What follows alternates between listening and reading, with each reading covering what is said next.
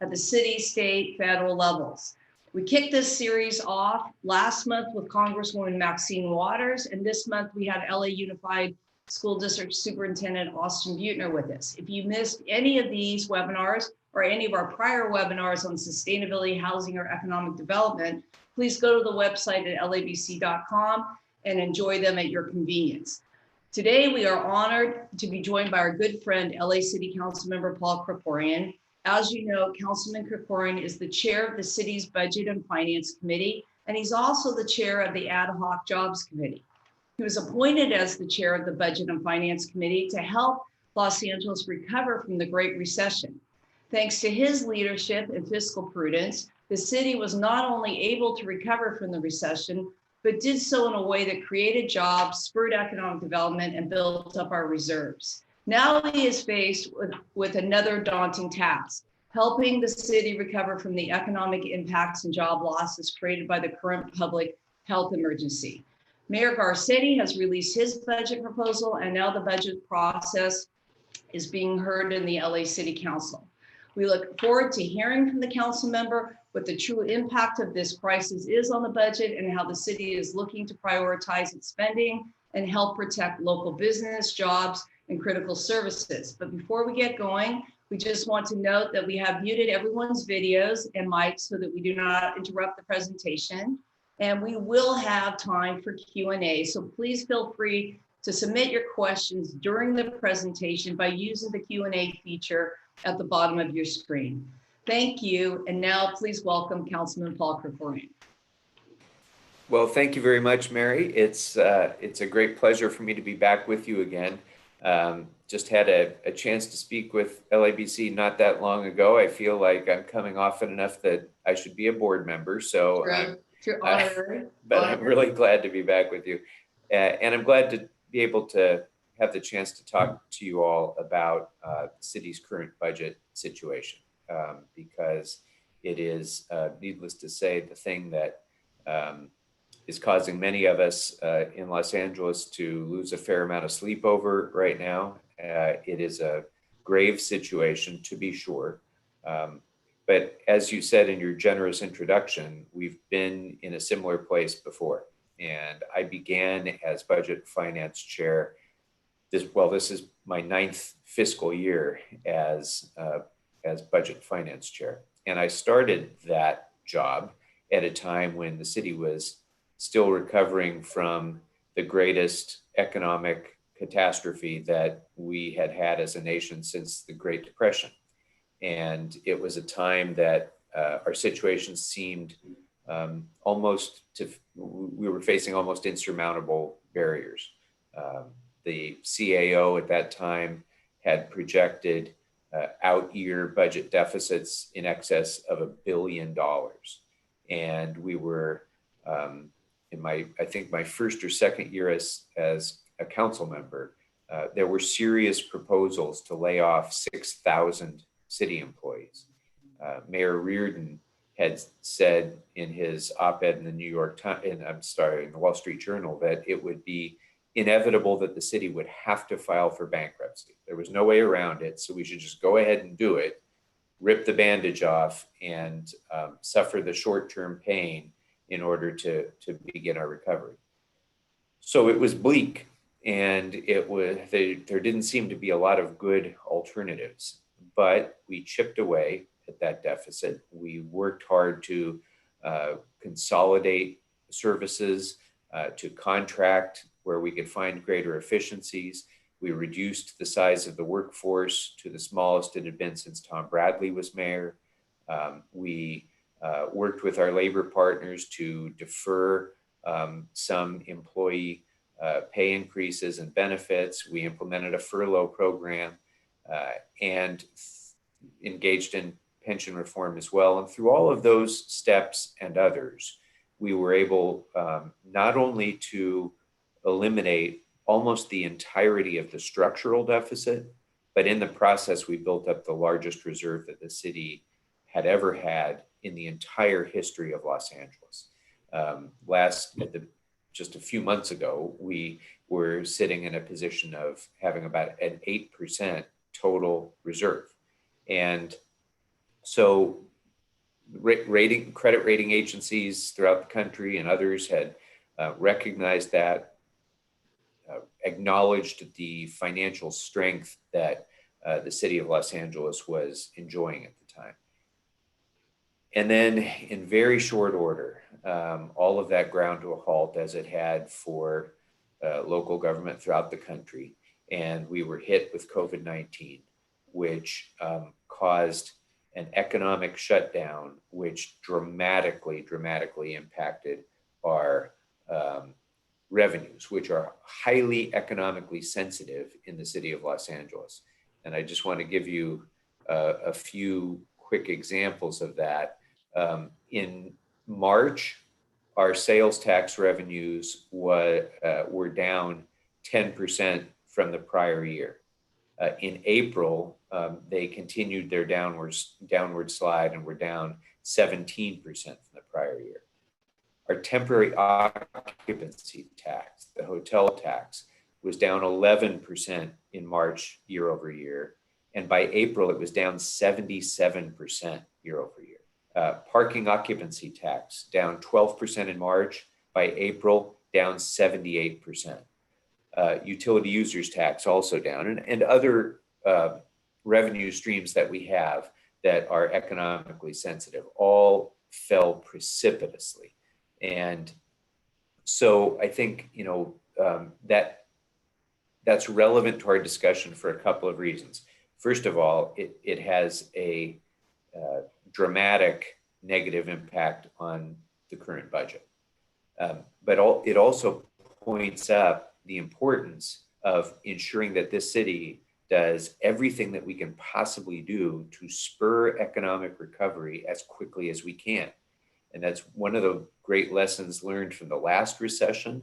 All of the steps that I talked about that we took within City Hall were essential steps at cost reduction and so on. Those were important things. But the critical element in recovering from that financial crisis that we were facing was the recovery of the economy. And with that comes the recovery of our revenues. And that lesson learned really needs to be taken to heart by city government right now, because getting our businesses back to success is going to be critical to getting our city government back to success in terms of its budget as well. So I think a couple of other lessons learned before we go to questions. During the last recession, we took a pretty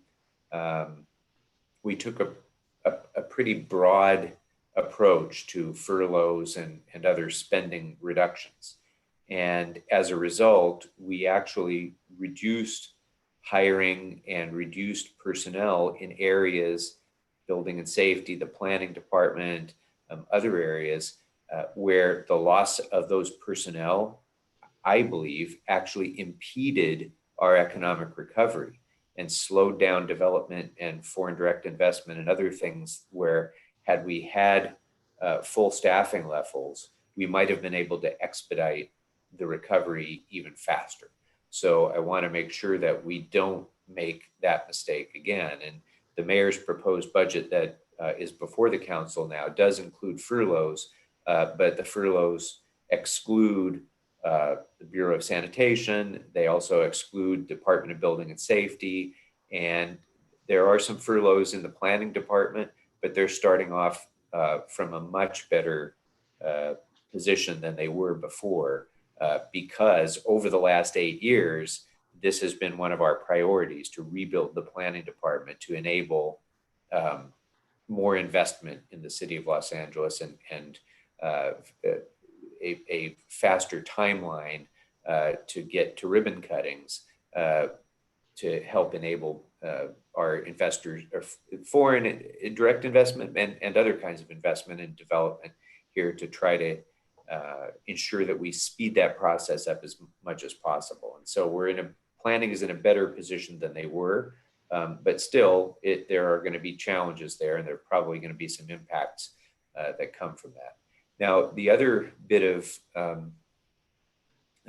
thing that makes this budget year unique, I think, aside from the steep decline in our revenues is the level of uncertainty that we have over so much. There is very little precedent that we have to be able to predict with any degree of accuracy the depth of the trough in revenues, nor the speed of recovery. It's very difficult because we don't have any benchmarks that we can compare this to from past experiences.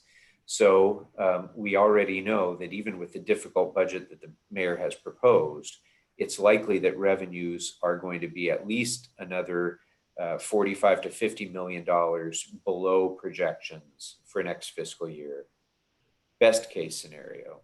And according to our Office of Finance, in a worst case scenario, that could be in the hundreds of millions of dollars.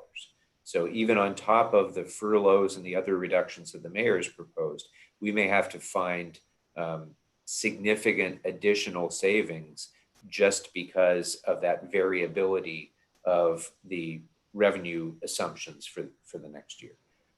Another big question mark that we can't really answer is whether or not there's going to be more support from the federal government and what that will look like. Because as of now, we have had a fair amount of help from the CARES Act and otherwise, but none of it has been for revenue replacement. It's all been for specific COVID-19 related and economic related issues that are directly related to COVID-19. So right now, the city has about $700 million, which we can utilize to offset some of our increased costs, offset some of the other things that we've been spending money on an emergency basis to keep people alive and to fund, support for our small businesses and so forth. We can use that money. Whether or not there will be more and how much of that we can utilize to offset ongoing budgetary costs, very big question mark. So there are a number of things that are unanswerable right now. And because of that, we've adopted a different budget process than we've ever utilized. Usually by now, we would already have had a council vote on the mayor's budget. We would have gone through, probably 100 hours of review of departmental budgets and public hearings and so forth. And we haven't been able to do that in part because of distancing requirements, but also in part because so much of that is still unknowable. So at my request, the budget was referred back from the city council back into the Budget and Finance Committee. We will spend the month of June hearing the budget, but the mayor's budget as it has been proposed will take effect by the operation of the charter on July 1st. We can make changes to that budget leading up to then, and we will continue to make changes to the budget after July 1st within the fiscal year as more information becomes available, as we have better data, as we have actual revenue calculations that are in instead of just estimates. So this will be an ongoing, continuing budget development process that's going to happen in a much more robust way than it normally would, even throughout the fiscal year. So that's a little bit about substance, a little bit about process. And then just lastly, I'd say, it's dire, but we have been in dire situations before in the city. I'm confident that if we continue to keep our eye on the ball of stimulating our economic recovery and ensuring that people get back to work and businesses get back up to speed, if we do those things, we'll get through this and we'll be in a much stronger position than we certainly are right at this moment. Well, thank you, Councilman, and we're fortunate to have your history and expertise as we head into this time. There's a couple questions that have started to appear, and I'd like to start to pose a few to you. The first question is, will the city look to open up more infrastructure projects to be developed as public-private to help leverage private dollars? So I can speak for myself. It's hard for me to say what the city will do because the city means developing a consensus among a lot of disparate opinions. my view since I was in the state legislature has always been that where we can find opportunities to fund long-term infrastructure investments using the private sector in one degree or another, that provides an additive to what would otherwise be available to us. It provides a greater opportunity to tap into capital that we would not be able to tap into otherwise. So, I mean, the devil is always in the details with public-private partnerships, because sometimes the additional capital comes at the expense of ongoing revenues, because that's part of the concession agreement, and that, you know, that makes sense for the private sector to invest in the infrastructure if they can share in the ongoing revenues that are derived from that. And that's a factor that we always have to weigh in. But I'm eager to look at those opportunities, both for the immediate budgetary impact that it has, but even more importantly than that, for the longer term economic recovery aspect, because we're putting people to work. As we put people to work, they're paying more for sales taxes, that, you know, tourism is facilitated. All of those things that our revenues are dependent upon are stimulated as we invest more in our infrastructure.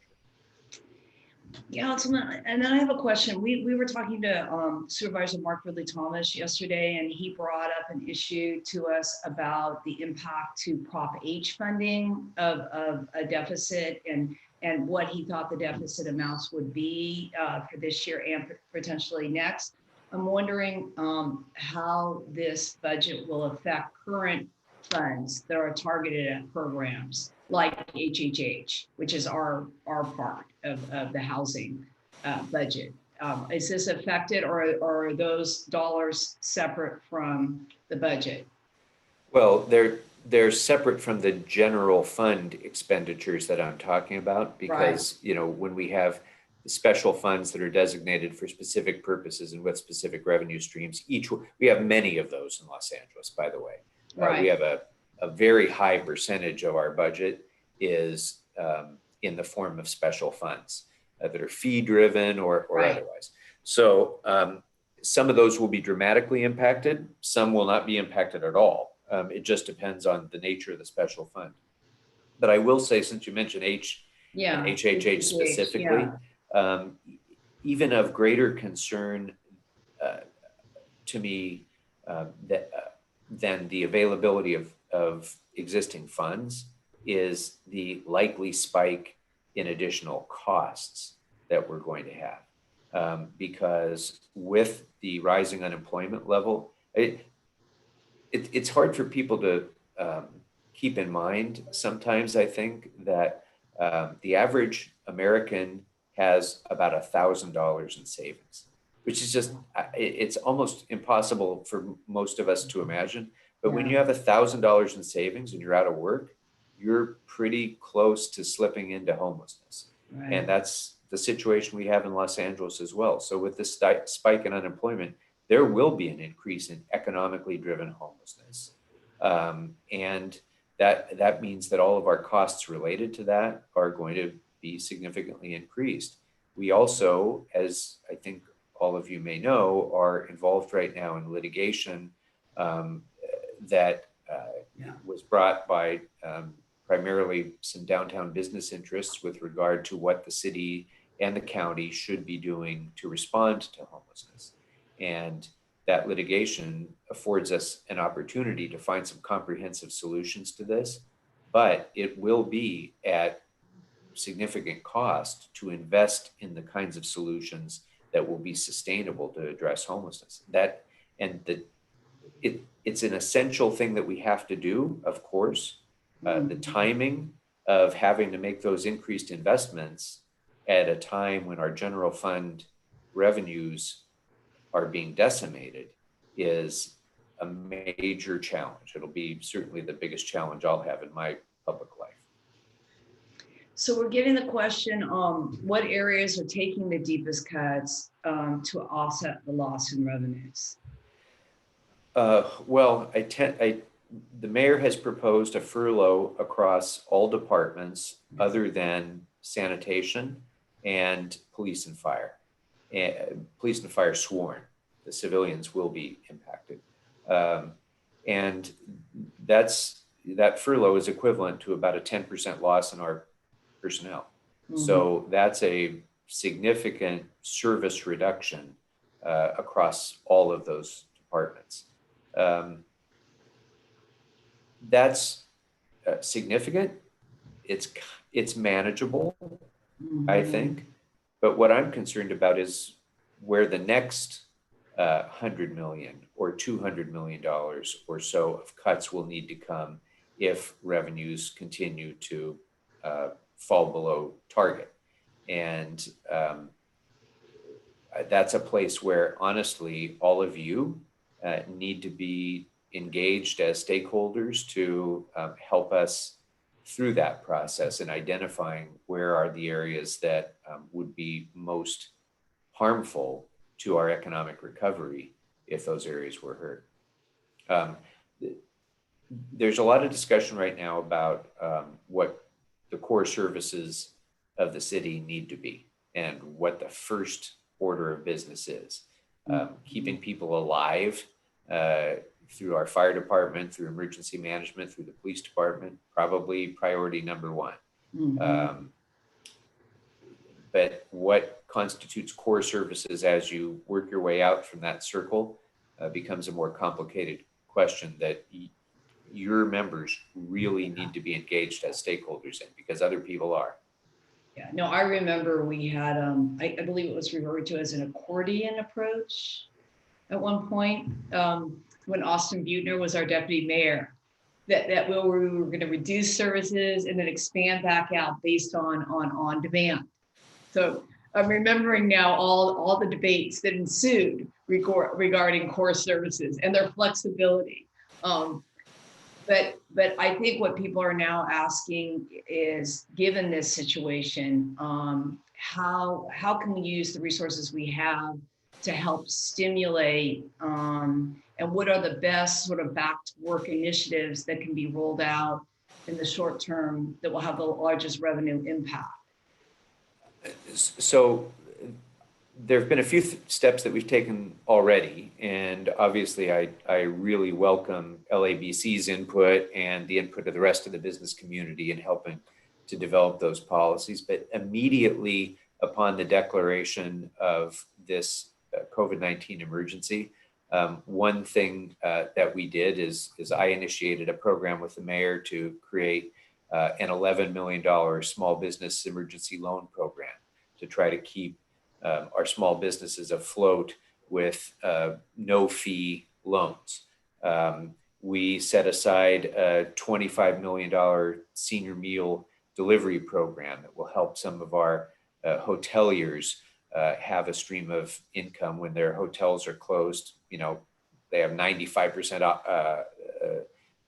occupancy rate, for example. And so we're putting money into the kitchens to try to keep some meals going for our seniors as well. We have taken a number of procedural steps to make it, not procedural, we've taken a number of steps to make it easier to do business and to get paid when you do business for the city. We directed all departments to pay invoices to local businesses within 15 days. We have implemented forbearance on small business loans that have already been issued. We've directed LA Department of Building and Safety to focus only on really public safety and construction related code enforcement.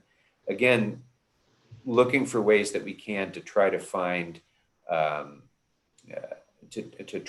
ways to make it easier for businesses to stay afloat in the short term and to begin to rebuild once we get past this.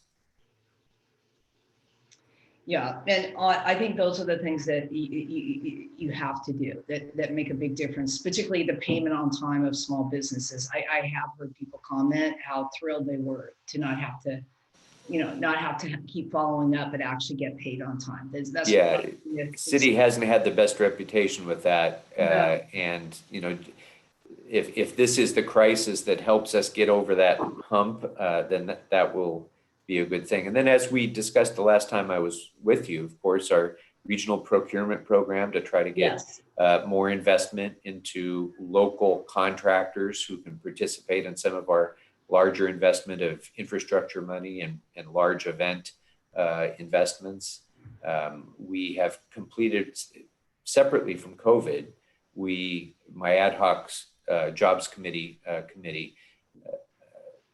completed the comprehensive job creation plan, which has about 150 recommendations of ways that the city can become more business friendly. More than half of those have already been completed and implemented, but there's still more to do. At my initiation, we created the first small business commission in the history of the city, and that's been meeting regularly even through the crisis to try to identify new policies that will help businesses get going again.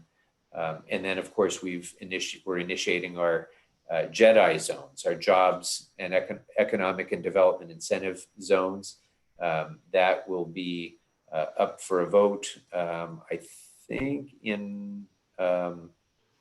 actually, I'm not sure where we are with that, but this is going to be a program that's essentially going to, it's going to add a tool that we haven't had since redevelopment was done away with to target certain areas that need more economic incentive and provide them with tools like economic incentives, relief from certain regulatory requirements, technical assistance, and other things to encourage more investment in neighborhoods that really need more investment. Yeah, I think. And then the one last thing that I'll mention is the local preference program. We initiated this a number of years ago to encourage more contracting for procurement by the city with local businesses by giving them an 8% bidding preference. But I think there's more that we can do there to more carefully tailor that program to ensure that the money that taxpayers are spending on procurement is in fact being spent locally and stimulating the economy locally, not just with a business that has some place to fly the flag here, but it's actually a national business, to really focus on our local Los Angeles businesses and ensuring that money circulates in the local economy. That's one of the projects that I'm going to be working on as well. Well, we definitely support you with the local preference, and we know how critical it is. And we, after the last couple of years of working with you on the small business procurement and opening up new markets, we've learned a lot, and it's quite eye-opening to see how many businesses we procure from all over the United States versus locally. So the timing's impeccable, I think, as we talk about opening up sports, entertainment, and cultural activities that small businesses have access to new markets, and the fact that you've coordinated the city departments and the proprietaries now. That this is going to be a real boom to small businesses to be able to see what's available to them as they gear back up and return to business. Yeah, and I just have to say how much I think I appreciate, and we all are indebted to LABC for your leadership in this too, and helping to identify internationally the best practices in this area and help us to really hone down onto a policy that makes a lot of sense. And I'm really proud of what we're doing in leading, I hope, by example, leading the rest of the country and showing what can be done. Well, thank you for that. And I guess we should thank the mayor for winning the Olympics in 2028 and for your bold leadership of deciding small businesses should have a real role in that. And then our 3 years here of seeing what that looked like. But I think we've learned a lot about how you can engage small business and really simplify the process for them and access them to new markets. And we gained a lot of knowledge thanks to that Olympics in 2012, right? But I would be remiss if I did not ask you a question being asked by one of our participants right now, because you can't get through a full conversation about business without talking about CEQA for just half a minute. And given that you're a former legislator, I think you'll appreciate this. We're getting a question: would the city be willing to push the state on CEQA-related legislation to support infill type development projects? Currently, it appears the state legislature efforts related to CEQA are focused on housing projects, which we're very grateful for, particularly homeless ones, which makes sense. But would the city, from a fiscal impact perspective, want to expand and have a more aggressive dialogue with the state about that? Yeah. Again, I don't want to really speak for what the city may or may not do, but I think just in my own view about what's needed to stimulate economic investment, certainly Los Angeles has a greater need than much of the rest of the state to focus on infill development for a lot of reasons. The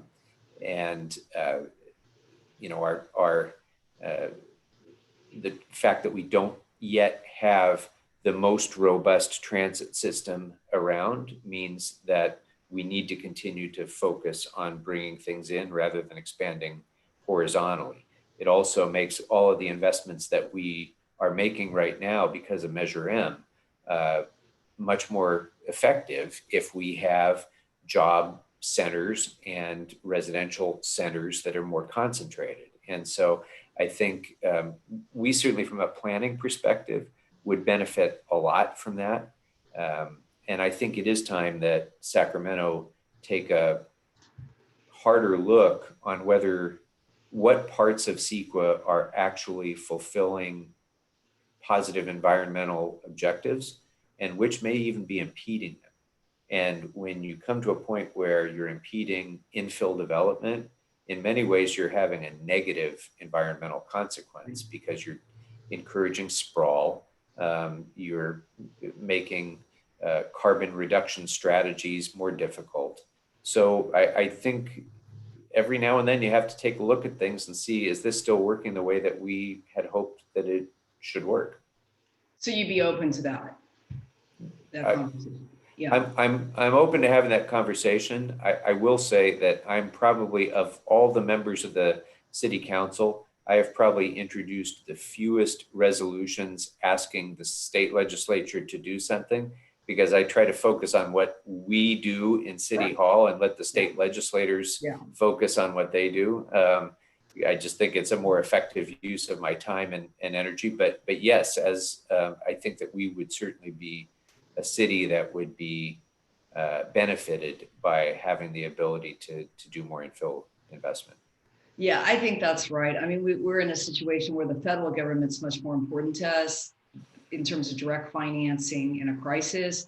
But I'm still getting another question about, is there anything that the state is going to be helping us with in terms of a stimulus package or direct financing currently?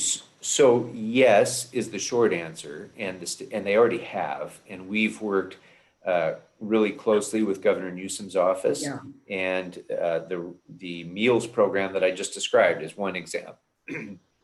Excuse me, one example of that $25 million program that FEMA would only have reimbursed at a 75% rate, but the state stepped in to fill in almost the entirety of that gap. Not all of it, but most of it. So the state has really partnered really well with us. But the state is in the same situation that the city is budgetarily. They had a massive budget surplus just a matter of months ago. Yeah. And now they're facing, tens of billions of dollars of deficit, and for much, the same reasons. So I would think that we will continue to have a very strong, close working relationship with the state, but I don't think that they are the place that any of us should expect we will find the cavalry coming from, because they don't have the money to do it either, and they don't have the prerogative of printing it like the federal government has. This is a time when, if you're going to have a benefit that comes from federal deficit spending, this is it. And it may very well have some long-term inflationary impacts. I get it. That's not something we would choose to do. But if ever there was a time when the federal government needs to step up and invest in America, it's right now. Yeah, no, I think that's the point we should end on, because that's the key point. And Councilman, we really appreciate your leadership and your time. And I just want to plug one more time that you do have an ad hoc committee, jobs committee meeting tomorrow. Many of our members will be testifying, and we are very encouraged and thankful to you that the approval for the resources required to provide a regional software system for certified and non-certified businesses, as well as private and public sector contractors, is what's on the table. And that this does represent many years of thoughtful consideration, and that it will be moving in, well, we can only hope it will be moving out of your committee, voted on and moved out of your committee tomorrow into full council, and hopefully warmly embraced there in early June. And that the good people of the IT and procurement offices can then begin working in earnest for the next, I don't know, 6 to 8 months to get a system up and running for us, and that it will be of huge use to minority and small business contractors in the city. And it will help stimulate the economy, and it will help us partner with the public and private sector, because it's an excellent bridge tool to do that. And so I want to say all that. And I also want to say that I hope you have a wonderful and safe weekend, and that I would welcome back any of our members next week, because we will continue this odyssey of looking how COVID-19 has affected our regional economy. And we will have Deputy Mayor Billy Chung with us, and Kelly Bacon from AECOM, and Lou Horn from CBRE, and Michael Medizian from Cervicon on Friday. Well, I think I'll be tuning into that one. At 11 a.m. I think you should tune right into that one to see what those poor people have to say. Okay. All right. Well, thank you so much. And we look forward to supporting you tomorrow and on this endeavor and many other endeavors. So thank you. Thank you very much, Mary. Right. Thank you, everyone. It's a pleasure to be with you again. All right. Have a good day. You too.